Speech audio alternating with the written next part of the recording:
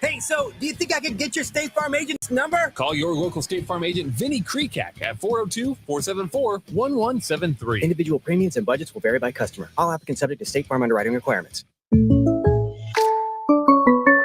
Plains Cover Crop is your one-stop seed shop. Call us now for spring and summer forages, CRP mixes, and fall cover crop blends. We do farm-specific consulting for practical and efficient seed blends to fit your geography and goals. With a very diverse inventory, we will tailor a blend just for you. We're also looking for contract growers, and we buy and sell rye. Find us online at plainscovercrop.com. Timeless agronomy practices paired with modern technology. East Highway 20 in Orchard and across Nebraska.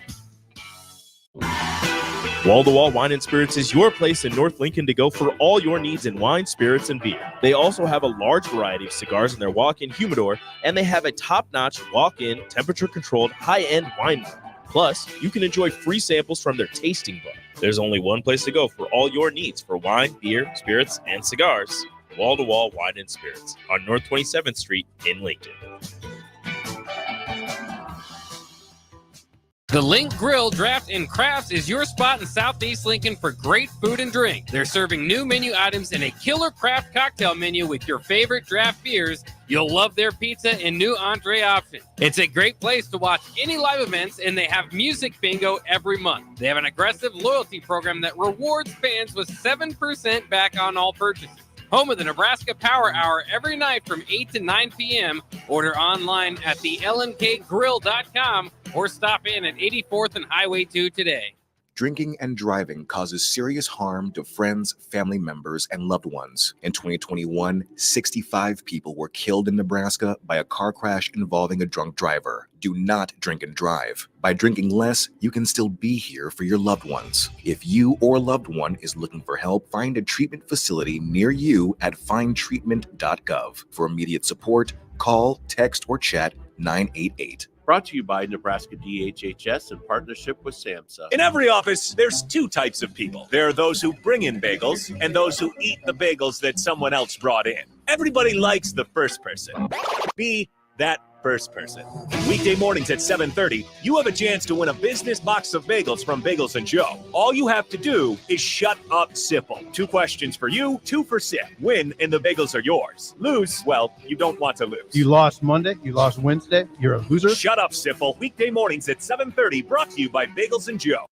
This is Lincoln's home for sports talk on the FM dial. Also online at theticketfm.com. On the internet, KNTK FM Firth, 93.7 The Ticket. Coming at you live from the heart of Lincoln, America. This is the Don't Punt Hour with former Nebraska receiver. Throwing over the middle, completes the pass. He's got speed to the end zone. Touchdown. 45 yards. And return specialist. This time he beats the kicker and one more. DeMornay Pierson-El. Not only does the sideline have confidence in Pierson-El, but Pierson-El has confidence in Pierson-El. On 93.7 The Ticket and theticketfm.com.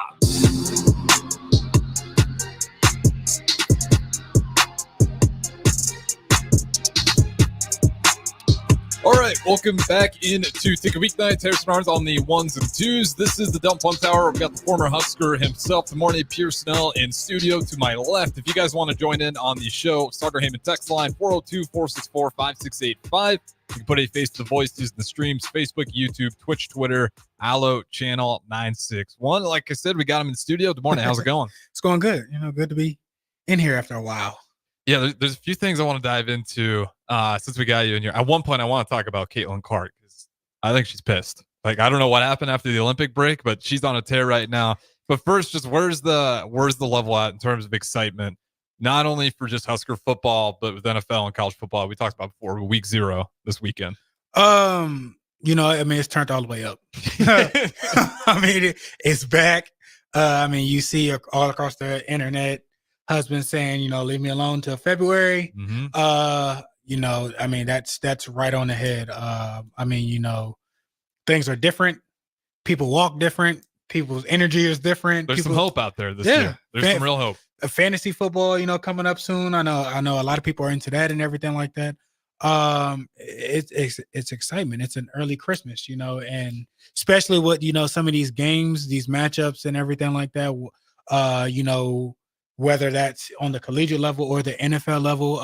You know, people want to see. I know you want to see. You know, your Bears and what you know Williams is going to do. I'm anxious to see like what the Eagles are going to do with the trade that just happened with that.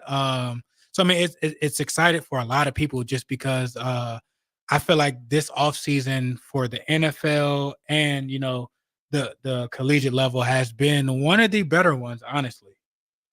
Yeah, I'm pumped for it, and I'm trying to figure out. Yeah, the Eagles, they got Joseph, the defensive tackle, formerly on the Vikings. Yeah, that's gonna be a fun one to watch as well. We also got Bo Nix named the I'm starting about to say quarterback. you didn't see the other one. They got Jahad Doxson from Jahan Dotson as well. Yeah, I did not see. I like Dotson. He's an underrated wide receiver. They got him for I think like 2/3 and a fifth. So the Eagles are brewing right now. You got your starting 3 wide receivers can be all first round picks. That is crazy. It's the second coming of honestly like what the Rams did. Yeah, just pay for it. I mean, the fact that Washington let it be an in division rival. Oh my God, that's it's so many storylines with the Eagles and you know redemption year and the people that they got to face. If you know you got Saquon and you see in New York twice, now you got Doxson and seeing Washington twice. Like, you know, half the year is going to be like some type of, or a quarter of the year is going to be, you know, revenge games. So, you know, it's, you know, strap in. That's the best way to put it. And shout out, we got Donald Miller all the way out in Albuquerque, New Mexico, hopping in here. Yeah, I don't even know where I want to start with the football world. Let's try to dial in on Huskers, and then we'll get to the NFL because we got a lot of starters officially getting named. Justin Fields, too, some interesting comments. He's gunning for Wilson's job up there. But Huskers, Dylan Raiola, you asked this before we even got rolling here, and you guys can join in as well on the text line. What makes a good home opener? In Nebraska's case right now, and then just for any team, what makes a good season opener that's going to make the fans believe? I mean, obviously a win. Yeah. Especially if it's UTEP. A dominating win. Like not just, you know, oh, you get out of there 3 points, 10 points, like no, you dominate. I think for the offense, like I said, I think, you know, a good goal is to every time, you know, the offense has the ball, you put points on the board, whether that's a touchdown or a field goal, regardless of that's a dominant showing that you don't have no stoppage, that, you know, a team or anything like that doesn't stop you from not scoring. You impose your will on the offense. On the defensive side, you know, disruptive. Wreaking havoc on all 3 levels. I'm not saying you got to go out and get picks. Is that a plus? Yes. But you know, pushing, you know, the line of scrimmage 2 yards. That's the one for me. Into their face. If we lose the line of scrimmage against UTEP, maybe week 2 it doesn't expose us that much either because Colorado's got their problems there. But when you get to the Wisconsins, the Illinois, hell, even Indiana this year, you can even make an argument at Rutgers. If we're struggling against UTEP, yeah, I'm going to be panicking. You know, winning on all 3 phases of the game. You got offense, defense, and special teams. Time of possession, crazy. Like I said, hopefully they don't score. That would be, you know, a dominant showing for the defense. You give up no points. That would be, you know, excellent. What was the last goose egg shutout we've had? Couldn't tell you. That's a great one for the text line. First one to get on the text line. I'll give you a Salt Dogs voucher. When was the last time Nebraska defense got an absolute shutout? I wonder if you have to go back to 2009. Maybe. Like, it's probably been a while. Maybe. All right, text line, help me out here. I'll look at that over the break. I think, you know, that, like I said, I mean, our mistakes going to happen and everything, false starts, jumps off sides and everything like that, holding calls and everything like that. Yeah, but I think if you got under 3 to 5 penalties collectively as a whole, I think that's a dominant showing. Yeah, last year they cleaned that up too. As much as people complained about the offense, they weren't shooting themselves in the foot with penalties. Now, turnovers, they absolutely were. They blew all their toes off by the end of the season. But as far as penalties, the offensive line actually cleaned that up. Yeah. So I'm talking about it holistically as a team, not just, you know, offensive, defense. Like I said, you know, 5, anything under 5, you be like, okay, you know, it's still something to clean up for. Of course, you want to shoot for perfect, but I think that would be, a dominant showing. If, your ones are out by, third quarter to where like, it's that big of a margin.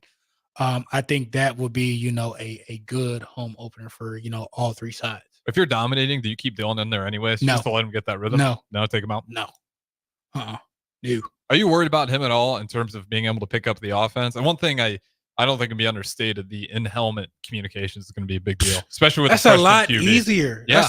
That's a lot easier. Like you didn't have that until you get to the pros. Like you got to remember signs, signals. Was that what you guys were? You were looking at signs, weren't you?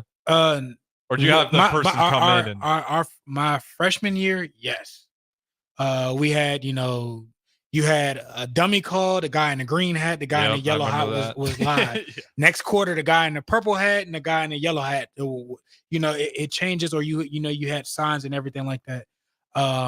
The rest of my career, no, it was all West Coast. So Tommy would come in, trips right, Zulu, 200 jet, Panther.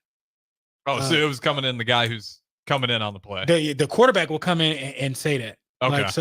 But now necessarily, he'll step out to probably cover his errors or something like that, get it and repeat it. You know what I'm saying? And saying it. So, I mean, that's a lot easier necessarily. You don't got to run back and forth one to the sideline.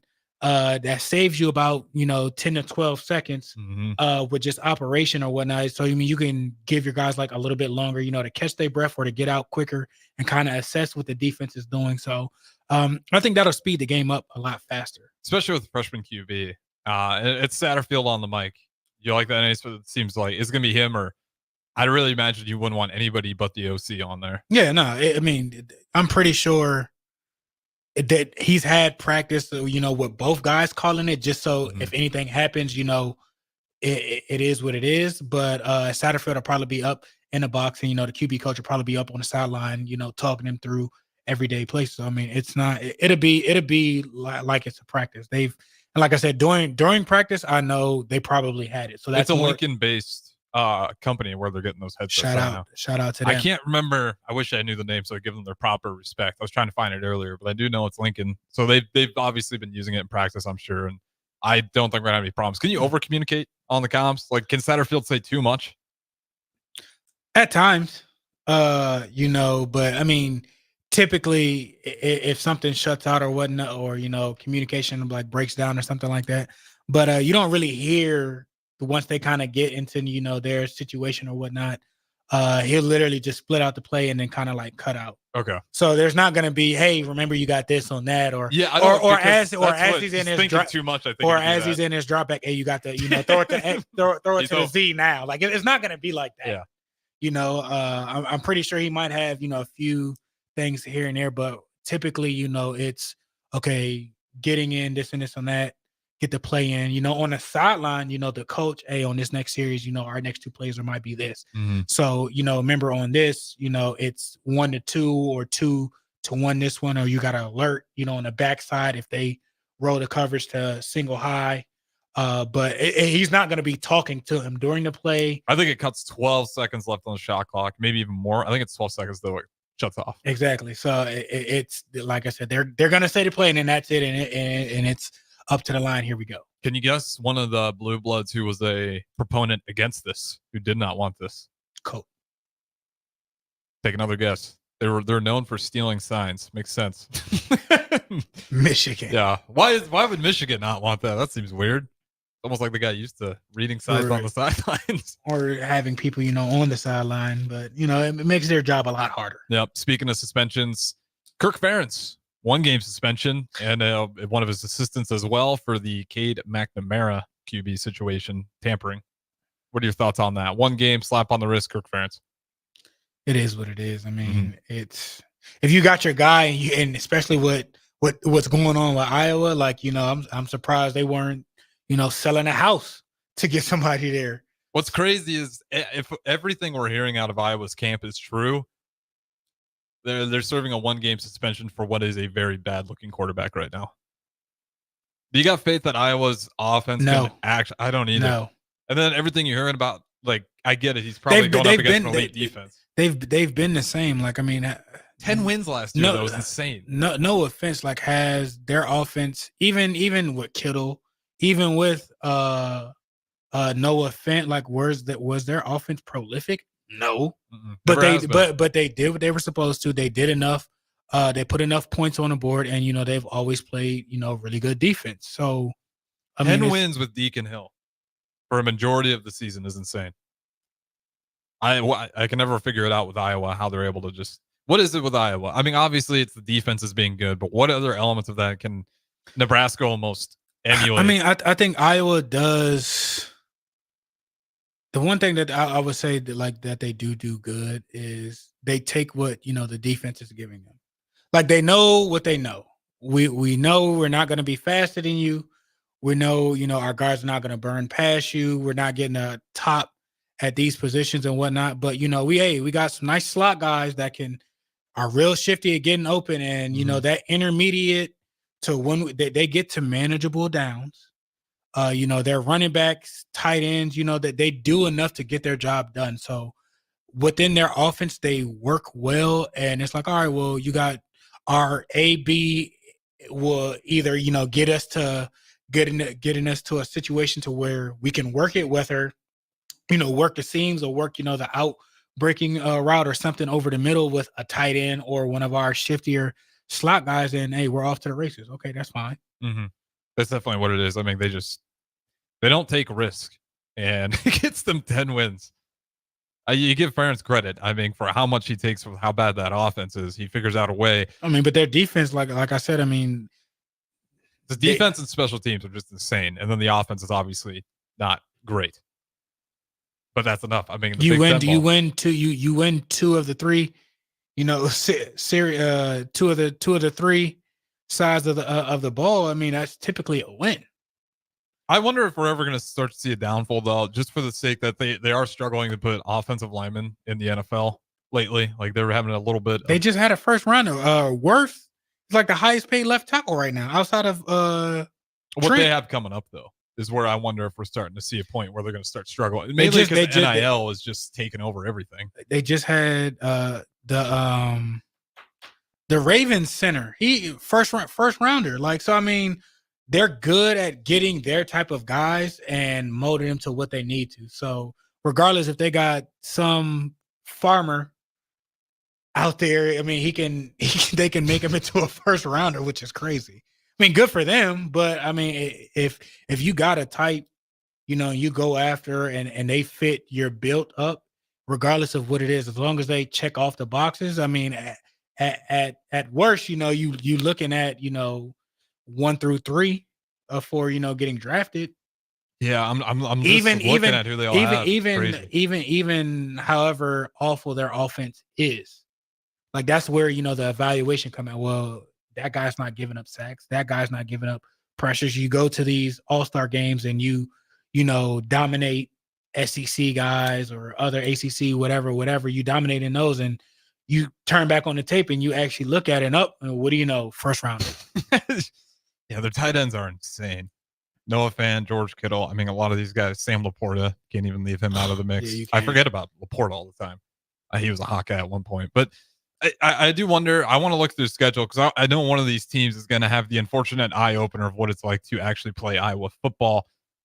Which one of these teams do you think is going to have the worst surprise? They got UCLA is going to get that first taste of Iowa football. That one just seems like misery for UCLA. Otherwise, they don't have to play USC. They actually got a pretty easy schedule. They're not going to have a ton of tough games until really Ohio State mid-season. But man, they might get. How many wins do you think Iowa gets? They got Illinois State, Iowa State, Troy. I think they're probably 3-0 right there. Minnesota. I mean, but Iowa State, you never know. I mean, because they rivalry game. Like it because it's been some times, we've seen them struggle there and Iowa State pull things out or whatnot. Mm-hmm. Or they get out of there winning by end of the game saving blocked field goal or punt return or so I mean that again that may be a loss. 7.5 is what their over under is. And as I'm looking through this, as much as it kills me, I think I'd probably take the over. Because even if you say you lose to Iowa State in a close one, You probably pick them to beat Troy, Minnesota, Ohio State. You probably take that L. You think they'll beat Washington, Michigan State. I got them there. Northwestern, Wisconsin, maybe. And then I think they beat UCLA. They beat Maryland, and then they maybe lose to Nebraska. That's like counting 3 losses right there. Taking the over under Iowa Hawkeye football. I'm taking under. Under. I'd love for that to be true. I'm taking under. Looking at the schedule though, it looks like I don't care. I'm not giving them a damn thing. Don't care. Iowa sucks. That's just me. But I mean, like I said, they're coached well. They're not going to be in the wrong place. They're just good old tradition football. Like it's just you hate playing them, and if you play them at the wrong time, late in the season or whatnot, it can weigh on you because everybody's not healthy. It's not as quick. That's why I say, like, you said, do they play USC or they don't play USC? They only got UCLA is the only former Pac-12 yeah, school. That's crazy. Mm-hmm. Again, Washington out there, Washington there as well. They got Washington. Again, like I said, they gave the Big Ten gave certain schools, not a cakewalk, but an easier path into the Big Ten. But I mean, we'll see how they go. Because Maryland was on fire for a point in time last year. They were looking, something, and just kind of like stalled out a little bit. Well, then they played Iowa. I think the final score of that one was like 41 to. Iowa put a whooping. Again, if Iowa catches you at late in the season for whatever reason, it's. Well, I feel like this is how Iowa, when you see the really ugly games versus teams that lose to Iowa, it's okay. Iowa's doing Iowa things where it feels like this game, first one to score is probably going to start pulling away. Iowa gets like 3 points or maybe 1 touchdown. And that team's like, okay, boy, this defense is good. We're going to have to start taking shots. We got to find a way to score points. This is what happened in Maryland last year. It turns into an interception. Pick 6. Okay, now we're down a couple scores and a field goal. We got to take more shots. When you're taking shots against Iowa, that's when you fall on Matt because the defense just starts beating you up. Yeah. I think that's probably in the cards somewhere for one of these games. UCLA, that's going to be interesting, the one to watch. But yeah, with that being said, I think we're up to our first break here. What I want to start talking about the other side, we'll save Caitlin Clark for last. But I want to talk about these NFL QBs because we got Bo Nix, official starter. We talked about the Eagles. We know who the quarterback is in hers, but just all the additions they're making. Obviously, Caleb Williams looks awesome, throwing in full stride. We'll talk about that guy later. And then I know there's a few more. Russell Wilson, Justin Fields, that battle's heating up. Gardner Minshew is your guy for the Raiders. QB1. Yep, QB1 he beats Aiden O'Connell out for his job. So we'll talk about some of those QB wars still going on in the NFL. Who's got them? Who's still in the mix for it? So don't go anywhere. We got the Dumb Punt Hour. DeMornay Pierson-El in studio with me. We'll talk to you guys in just a little bit. 93.7 The Ticket, Fox, KFXL weather. Brought to you by Bryant Air Conditioning, Heating, Electrical, and Plumbing. Your Lincoln forecast for today, a slight chance of showers this morning, then partly sunny skies. The rest of the day, we'll see a high around 83. Tonight, partly cloudy with showers and storms possible late. See a low around 66. And tomorrow, a chance of showers and storms. Otherwise, partly sunny skies with the high near 86. I'm meteorologist Kyle Tucker for 93.7 The Ticket and theticketfm.com. It's the fall sports season, and that means that the school year is back in session and you're planning road trips for Nebraska football games and following your kids around to their different events. Stop telling yourself you'll upgrade your car someday and do it now. Mullen Motors Lot is full of great vehicles to take home so you don't have to worry about your current car struggling through another season. Come check out their lot just north of 48th and Lake and find your next ride. As your fall schedule gets busy, you'll need a reliable way to get to your destinations. Mullen Motors. No taglines, just quality vehicles. Mullen Motors. Students are back in class learning, making new friends, and developing new interests. I'm Tim Royers, president of the Nebraska State Education Association. Parents, communication is key to helping your child succeed. Talk with your child and with their teacher. Whether your student is a high school senior or navigating the new world of kindergarten, keep an open dialogue about what they're learning. Let's make this the best school year yet. Sponsored by the Nebraska State Education Association, aired by the Nebraska Broadcasters Association and this station. There's no better way to spark a child's imagination than to get lost in the adventure of a good book. I'm Jenny Benson, president of NSEA. Working together, parents and teachers can help every child succeed. You can help by reading to your child and let your child read to you. Encourage reading in your home and make it a priority. Make reading fun. and a time that you and your child look forward to spending together. Sponsored by the Nebraska State Education Association, aired by the Nebraska Broadcasters Association in this station. Your child was embarrassed when you arrived at their basketball game. 75% of parents or guardians report current alcohol use. Drinking alcohol can cause harm to children and loved ones. By drinking less, your child will be excited to see you at their basketball game. If you or a loved one is looking for help, find a treatment facility near you at findtreatment.gov. For immediate support, call, text, or chat 988. Brought to you by Nebraska DHHS in partnership with SAMHSA. This is where it happens.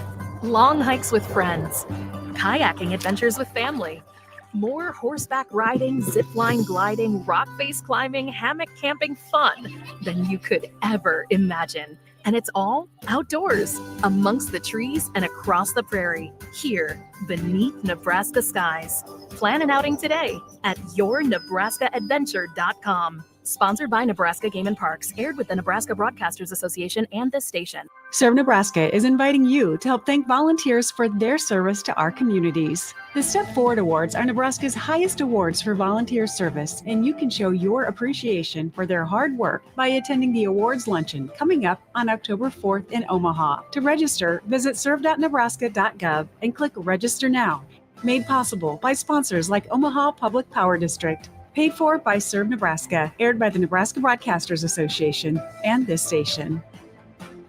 Alcohol has strained our relationship. Drinking too much can cause harm to friends, family members, and loved ones. By drinking less, we will save our relationship. If you or a loved one is looking for help, find a treatment facility near you at findtreatment.gov. For immediate support, call, text, or chat 988. Brought to you by Nebraska DHHS in partnership with SAMHSA. MWR is dedicated to building attractive, affordable steel buildings that exceed your expectations. From commercial or residential to agricultural storage, steel buildings are cost-effective, attractive, and versatile. Plus, they're a lasting investment and an ideal choice. MWR uses Sentinel Building Systems out of Albion and can service you all over the state and region. If you have interest in a steel building, post frame building, or fencing, give MWR a call today at 402-980-5273 or go to mwrbuildingandfence.com. Old School with DP and J. And, this part of camp it happens in high school camp, when they have a certain amount of time before their game, before school starts and all that. And then it happens in college and it happens in the pros. I had more fights with some of my good friends, the guys that I'm considered lifelong friends at this point in camp, than with some, over-energized rookie trying to make a name for himself. Seriously. On 93.7 The Ticket and theticketfm.com. Finally, a good reason to have a smart house. Just say, Alexa, play 93.7 The Ticket, and we'll magically start playing. How's it work? Nobody knows. Don't ask questions. This is where it happens.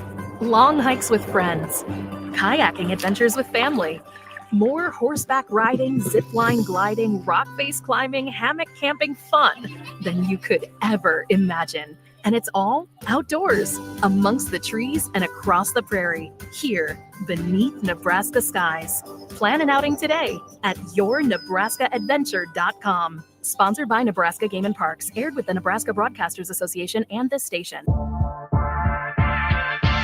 This is the Don't Punt Hour on 93.7 The Ticket and theticketfm.com. Here is your host, DeMornay Pierson-El.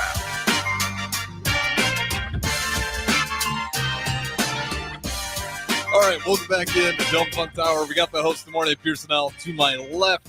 We're going to keep this conversation rolling with football we got NFL, college football right around the corner. We keep saying it, week 0 this weekend. If you guys want to join in, Starter Heyman text line 402-464-5685. We're going to talk about some of these quarterbacks, but I couldn't figure out when Nebraska's defense shut out. But when was the last time Nebraska got shut out? It's been a while. You definitely were not playing. Nowhere near it yet.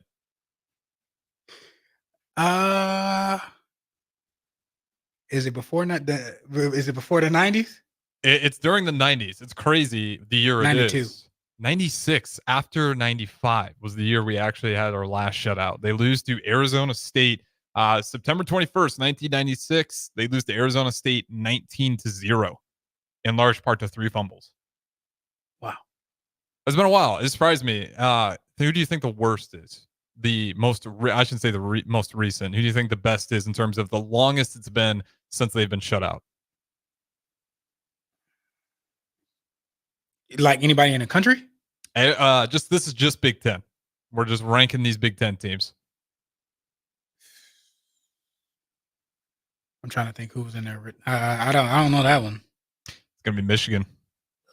Not by much though. 1993 was the last time. Or excuse me, this is Ohio State, not Michigan. So Ohio State was 1993. Their opponent was Michigan when they got shut out. So that rivalry goes back deep. Iowa, surprisingly, 2000 was the last time. You figured they'd be more recent, and then everybody else. The Illinois. I mean, they always did. They'll put up 3. They'll kick a field goal from the 50. Yeah, that's a good point. When you kick a field goal from the 50, it's hard to get shut out.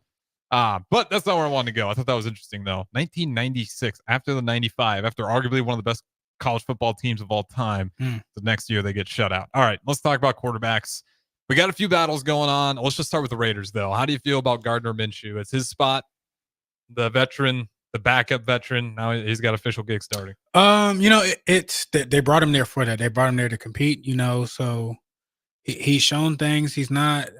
Even if you look at him when he was in Jacksonville, when he was in Indy, he's not terrible. He's not bad. He is a bona fide quarterback. Mm-hmm. He can win you games. He's going to get you in the right position. He typically, goes to the right place with the ball. So with the lackluster of what the offense was last year with all them weapons and whatnot, you can expect definitely now, a couple deep shots, to open that offense up, because he's that Mike Leach system. He's a gunslinger. That's just what he is. So he's gonna throw the rock. So he was fun with the Colts. Yeah, Minshew Magic was fun. And now obviously they got their guy in Anthony Richardson, who showed promise, just injury. So I get why the Colts keep him around. I don't think it's a bad move for the Raiders. No, just to get a veteran in there, because I don't know what you have with Aiden O'Connell yet, the former Purdue QB. One more guy I want to get to here. Let's talk about him. Bo Nix, Denver Broncos. He is officially named the starter. He's been pretty good in preseason. They looked. Honestly, he's probably been like the best quarterback in preseason. Statistically, I'm talking like looking the part. Like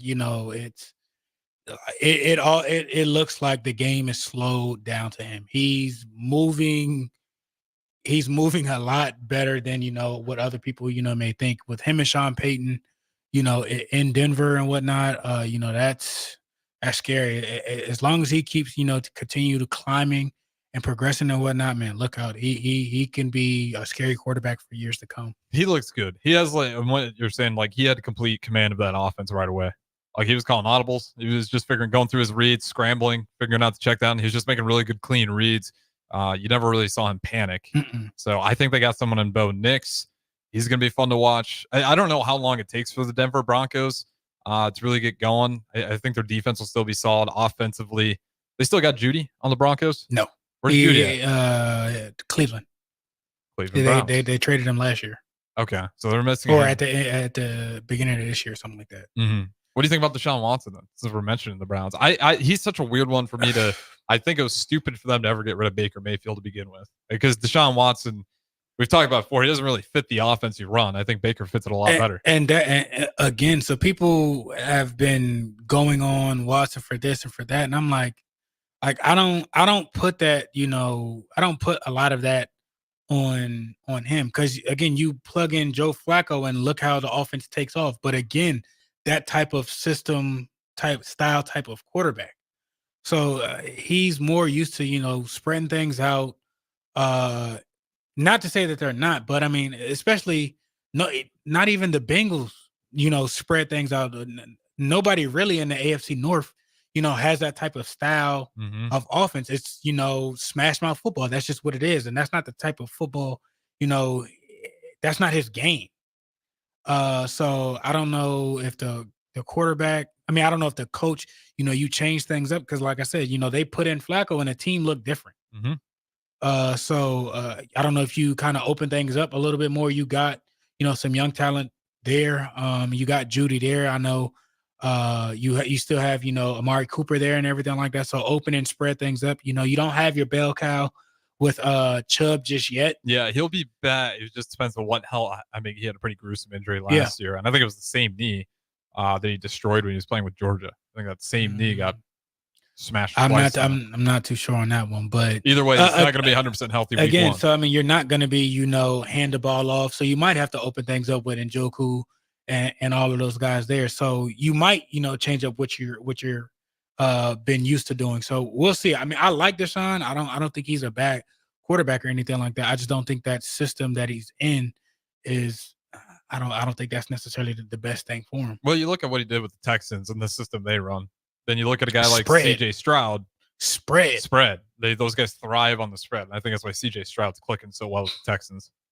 I mean that, and I mean, like I said, he's a student of the game. So he's getting to plays that are beneficial for the offense. Whether, I mean, if he, not to say that Deshaun's not, but if they got something called and they like something better, he's smart enough to know what it is, confident enough to get things done, to switch up the play and, putting the offense in a better position to make things happen. What was that? It's stupid. I could say it's stupid because it clearly didn't mean anything. What was that grade, that test he did that CJ Stroud did so poorly in? That was apparently a red flag. I can't remember the name of the test. The Wonderlic, I think. Yeah, I think it was. Yeah, he was getting grilled for it. And people were calling him a bust just because of that. Man, who? And he said, "Me, it's about football," which I mean, he's right. Like, tests can only do, only a certain amount of things for you. Mm-hmm. So I mean, you take that stuff with a grain of salt. Like, it's not, you don't, hang your head on that, but you also don't, let that get you down. And you obviously see, it is what it is. And I don't necessarily know why you do things. I don't know if you just ran out of tests to give people and just add just to see. That's what that one feels like. It doesn't seems like it has any. I wonder, can you opt out of that? Like, I know certain players like, oh, I'm not doing that or anything. Like, I wonder, is that one of the things I'm not doing it. It must be you have to do it. So otherwise, I don't know why.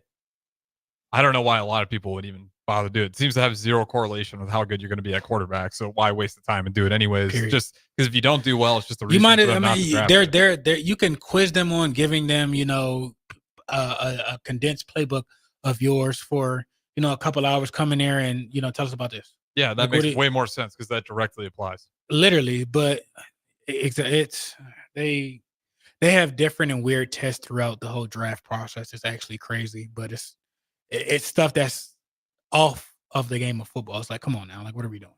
Yeah, well, we saw that when they're trying to get Marvin Harrison Jr. just to talk trash on his QB.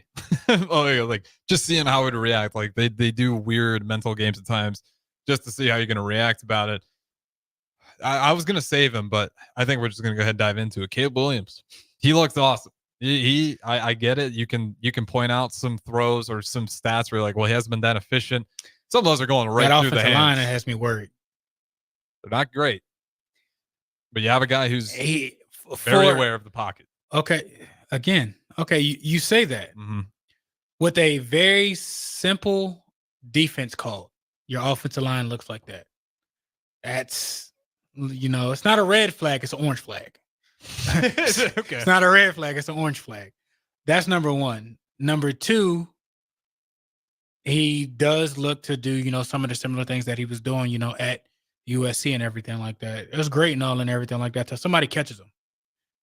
Again, you weren't really out there with the full capacity of teams number one, the full capacity of, okay, you got a spy that, okay, we got something for that. We pushing you to this side of the field because we got, something coming and everything like that. Does he look good? Yes. Did he make plays and everything like that? Yes. But I'm a bit nervous still because this early on and whatnot, regardless of all the stuff that you made, like, yeah, it's working now. But again, like I said, the ones aren't out there and it's not, it's basic football that's being thrown at you. And he's already in that type of position. So good luck. Yeah, the pressure's worrying me. Good luck. Because it was his first preseason game, the one he actually got to play. It wasn't the Bears' first preseason. There was a second. But he had a few plays in there, were just rookie things, where he threw the ball away, but he was still kind of deciding to stay in bounds. and it's just a free hit. He Yeah, got but lit I'm up. about to say, people are, they're not. If you don't get down, like, okay, people gonna take a shot. Yeah, and he at got you. lit up, and that happened a couple of times where he get a little too much USC scrambling around. Also, it just worries me anytime, especially if you got an inexperienced offensive line, probably going to rack up penalties that way. I'll say this: the Chiefs. This doesn't get talked about enough. Mahomes is a great quarterback, but the Chiefs' offensive line holds all the time, and they don't call it.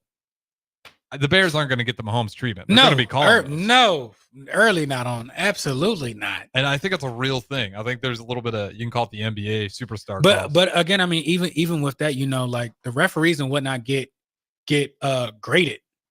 So I mean, even if like they go through and get reports and whatnot. So even if they miss calls and whatnot, like you get debunked. Like you won't get these primetime games. You won't get the playoff games or the big games like that or whatnot. They'll bring another crew in and everything like that. So don't get necessarily like used to that. Yes, blatantly some of the obvious ones do not get called. But I see Lamar just constantly, their offensive line constantly gets hemorrhaged by that stuff when he takes off and scrambles. Just maybe it's just me being biased, but I feel like the Chiefs get away with it at a criminal rate.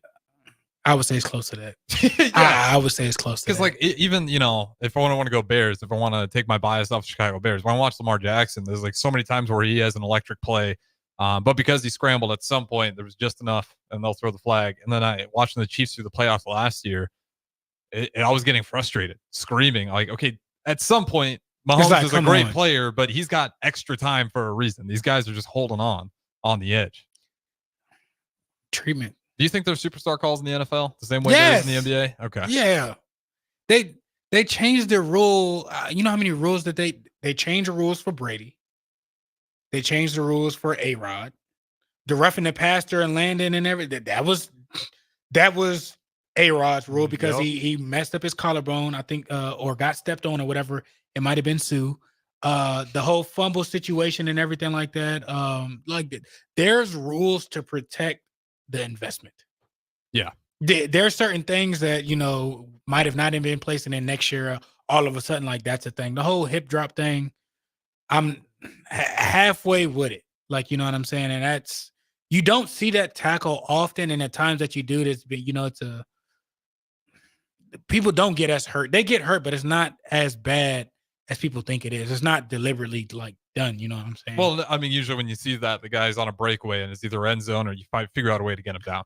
So there's plenty of rules that have been changed because of Peyton, Aaron, or Brady and whatnot, and Mahomes is getting that treatment for things and whatnot. I mean, that's just kind of goes with the game.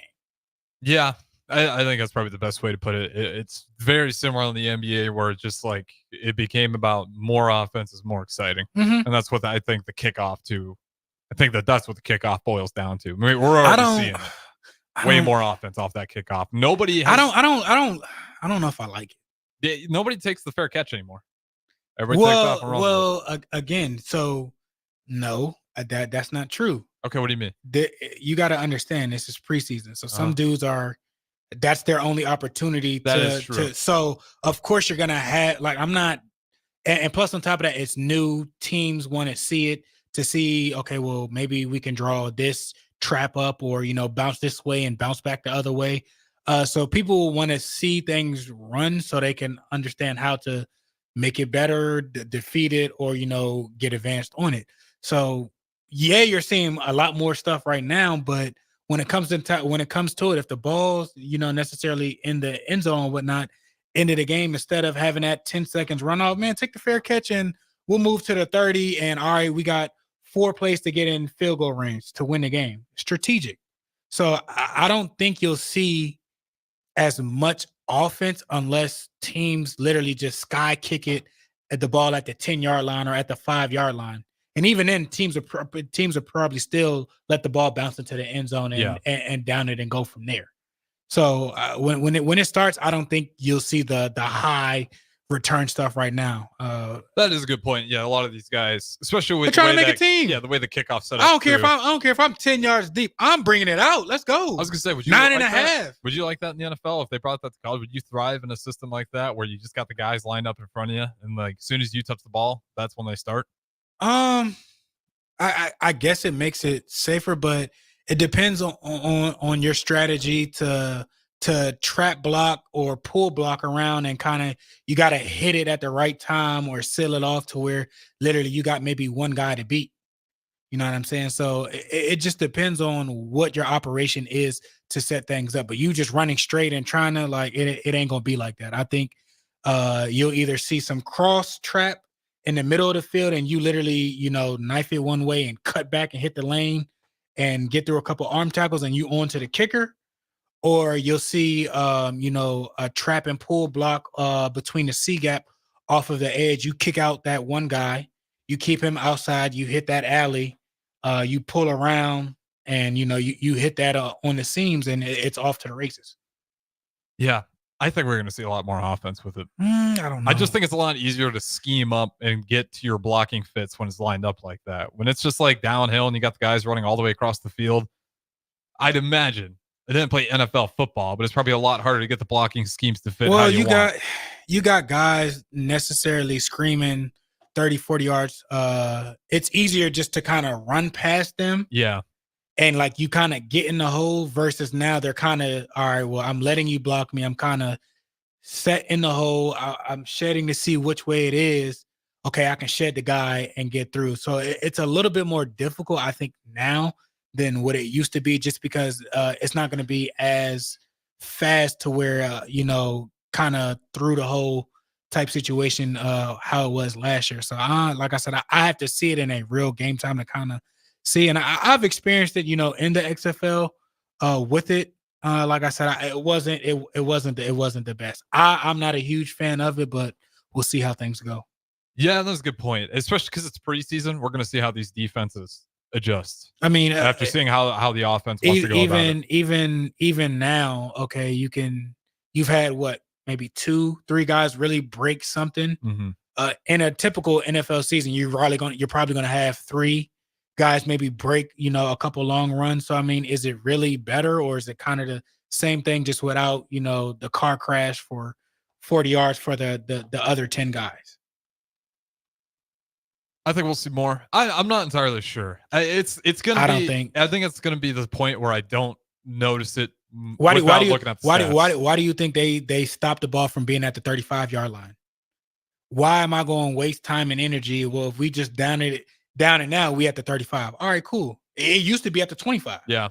So it's strategic. Like why are we wasting time, wasting bodies and everything on that? Just nail it, take the ball down. We got at the 35. That's why they moved it to the 30 now. Is it really more of a risk or reward type thing? So, like I said, depends on how the ball is kicked, honestly. Yeah, I know this much. If we do get into a run where people are just taking the yards, playing it safe, NFL commissioner is not going to be happy. Defeats his whole purpose. I'm still not buying its first health and safety. No. One more team here or comment here from the text line. Special teams coordinators aren't getting any sleep these days.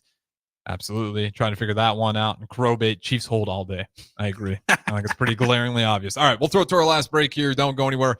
Don't punt hour. We got the morning Pierson-El, the former Husker himself. On the final segment, we're going to talk about Caitlin Clark. She's playing some of the best basketball, and I think after those post that Olympics break, she's on an absolute tear right now. So don't go anywhere. We'll keep it rolling. Don't punt hour. Talk to you in a little bit. This is James Harrell with NP Dodge Real Estate. When I became a licensed realtor, I wanted a brokerage that would help me grow in my new career. I found that in Lincoln First Realty. When Lincoln First was acquired by NP Dodge, the training and support I received only got better. I love knowing I have the power of the NP Dodge brand behind me. I would recommend NP Dodge to new agents looking to jumpstart their real estate career and to current agents who want to take their business to the next level. Expand your career with NP Dodge. Call Eric at 402-434-2222. All right, Rico, let's do the final checklist before we head out. We have a lot of people coming to the tailgate today. I'm ready. Burgers? Check. Chips? Check. Icy cold beer?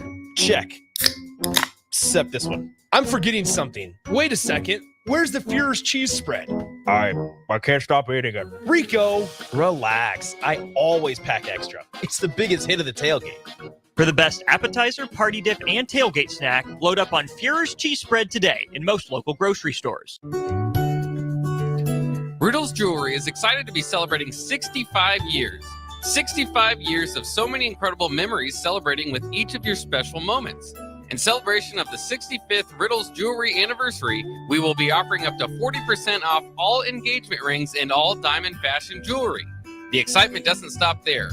Riddle's Jewelry is also offering 18 months, 0% interest and $0 down financing on all qualifying purchases. Riddle's Jewelry has always been known for incredible customer service, one of the largest selections of engagement rings, and don't forget about the on-site jeweler. Come celebrate with us at Riddle's Jewelry, your one-stop diamond shop with exclusive Levian jewelry, Pandora Charm jewelry, and more. All at Riddle's inside Gateway Mall.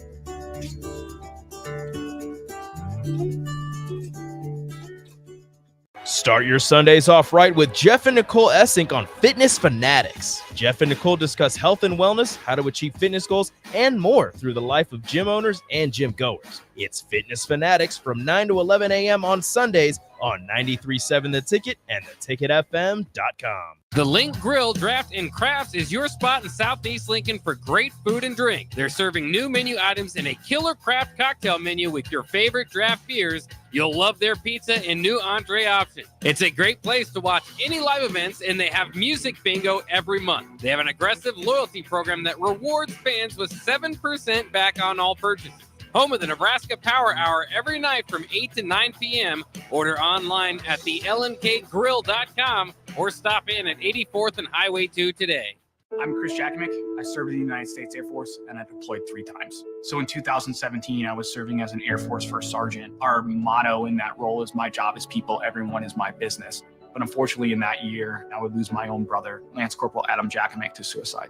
The majority of veteran suicides are from guns. I store my weapons securely, not only for myself, but for my family. Store all your guns securely.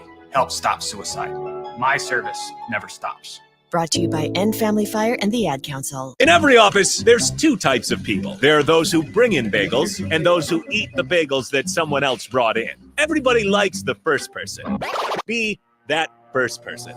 Weekday mornings at 7:30, you have a chance to win a business box of bagels from Bagels & Joe. All you have to do is shut up, Sipple. 2 questions for you, 2 for Sip. Win, and the bagels are yours. Lose, well, you don't want to lose. You lost Monday, you lost Wednesday, you're a loser. Shut up, Sipple. Weekday mornings at 7:30, brought to you by Bagels & Joe. Happy hour. Sipple and I walked by the offensive line. Sipple made a comment, man, you just think that like the opportunity at generational wealth would make you want to get out there. And I thought about that with a lot of these guys, whether it's mentality purposes or their willingness to get their body right, compete.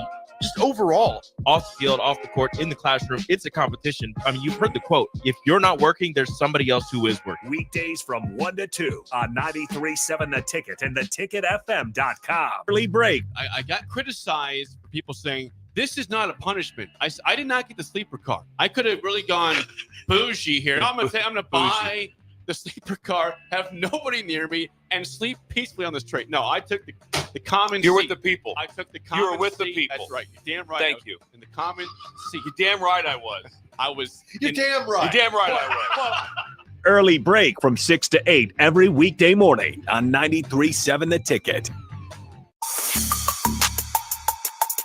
This is the Don't Punt Hour on 93.7 The Ticket and theticketfm.com. Here is your host, DeMornay Pierson-El.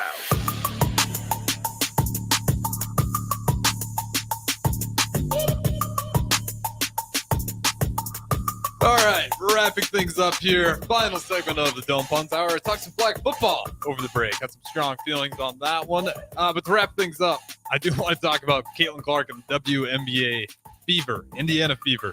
She looks pissed. She looks like she's playing some of the best basketball after the Olympic break. She's been on a tear. They won their last 2 games. They only got 12 games left. They're sitting there about 95% chance to be in the playoffs. Her last 2 games, she dropped 29 points on the 16th and 23 points on the 18th. And on that game on the 16th, that goes along with 10 assists, 5 turnovers as well, 29 points, 5 rebounds. I think she didn't get any steals that game, but shot 50% from the floor, and was 8 for 16 total.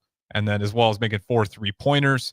And the next game, Seattle, she goes off again, a little lesser of a stat, but still pretty solid, 50%, 19 points total. She also gets in, she took 10 3-point attempts in that one, only shot 30%, but 9 assists, a steal, 2 blocks, and 9 assists as well with 5 rebounds. The last 2 games, she's been just taking over.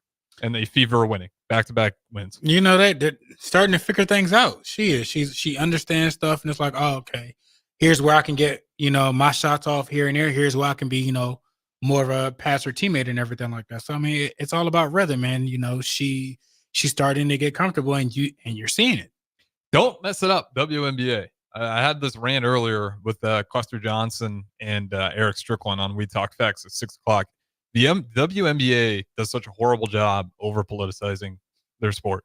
They're going up to Angel Reese trying to get her who you voting for, and they try to get Caitlin Clark. I'm like, you have 2 phenomenal athletes, and they are clearly feel uncomfortable. They don't want any part of that. They just want to hoop.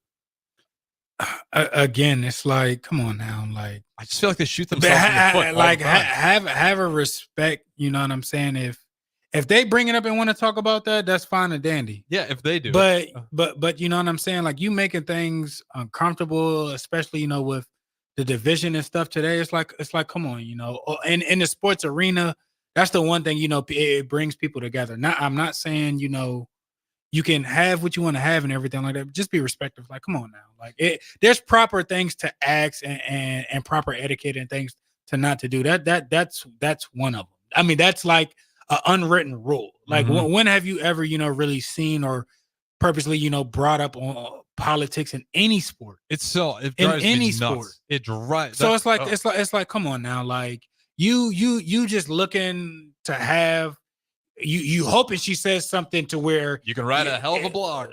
Period. Clickbait, something like that. And it's like, man, come on now. In this, that's what, How about coming up with better questions? How about coming up with better storylines or something like that to get the athlete to open up, about them, or to dive into a new unseen thing that maybe, a correlation or something that nobody didn't put or witness or something like that. Mm-hmm. Come on, man. And like you said before, there's times and places for it. Like Muhammad Ali back in the day, there's times where it's very important to make a stance. For sure. But when the reporters are fishing for it, it's gross. Come on now. Like I said, I know that they do community stuff, and I mean they might hit on community stuff, a lot more than not, than more other times. But it's still just you don't have to stoop to that.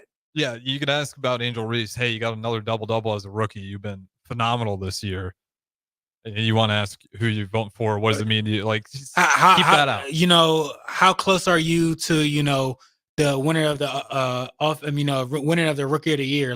Is it between you and Caitlin? Is there some type of underlying tension between the two of you because the last couple of years it's been something with y'all? Is this another thing, or is that kind of was just college? Or we, what I'm saying? You can make other headlines about things than going that route with things. Yeah, and again, it sucks that we have to keep emphasizing. There's times where it makes sense. I don't think everybody's got problems with athletes. No, there's. I guess I'll ask you this before we wrap up. Where do you stand on that? I'm in the mindset of I do think sports is that spot where people are supposed to come together.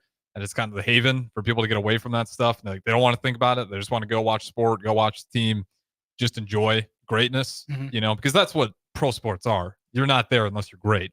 And I feel like you can leave all that stuff outside the door. Does it bother you at all? Because you even see it on ESPN now. They'll drag politics into it. A little bit. I mean, don't get me wrong. Do those conversations happen in the locker room? Yeah. People break down things or, enlighten or stuff or their views of stuff. You can respect as long as it's not disrespectful or, demanding or putting down or something like that. That's fine and dandy, but you have to be in a safe, creative space, for that. Don't just, force things upon that. But at the end of the day, as you said, sports are there to bring, competitiveness in a different way. Entertainment and whatnot. It's already enough things, going on. People putting their bodies on the line for things they love, and families putting, work hours to get the tickets and to do things so there's a lot of stuff that goes into for the athletes to be there and for the fans to be there and everything like that. So let's just keep it, enjoyment for that sake of things.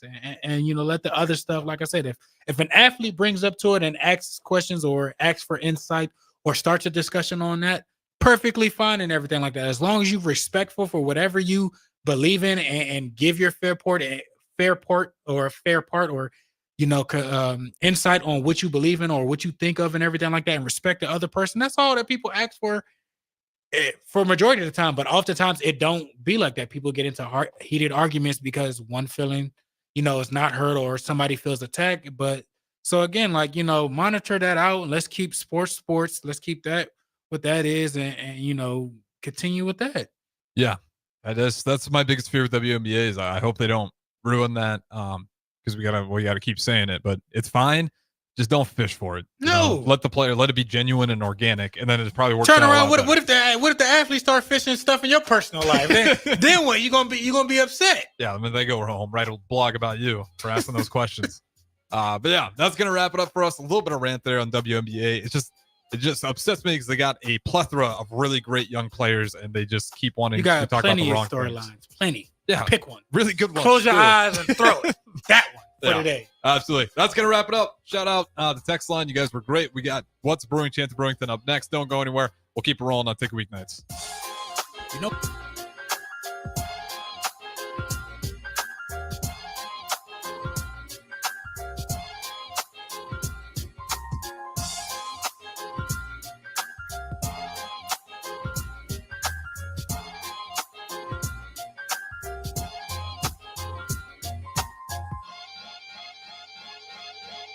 If you're a homeowner or a